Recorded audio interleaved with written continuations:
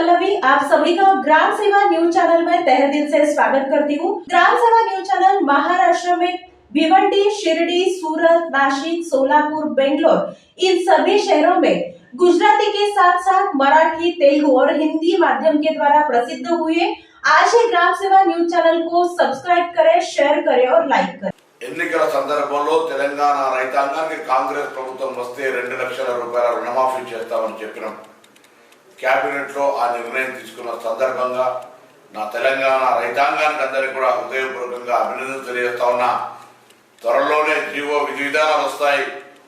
మీరు తీసుకున్న రుణమాఫీ అయితే రుణం భవిష్యత్తులో మీరు వ్యవసాయాన్ని పండుగలాగా చేసుకునే విధంగా ఈ ప్రభుత్వం అన్ని రకాల సౌకర్యాలు చేయబోతా ఉంది.